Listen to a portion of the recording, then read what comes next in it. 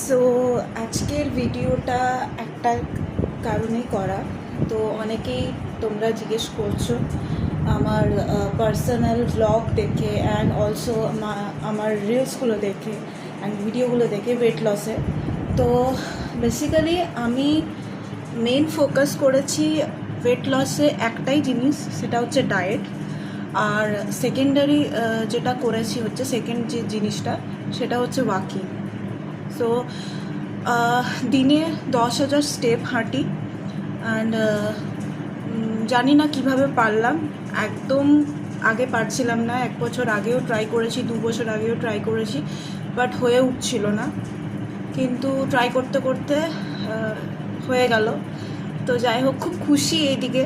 আর এখনও অবধি আমার জার্নিটা কন্টিনিউ হচ্ছে। মেনলি অনেকে জিজ্ঞেস করছো যে sugar, oily food, junk food তুমি কি খাচ্ছ কিনা।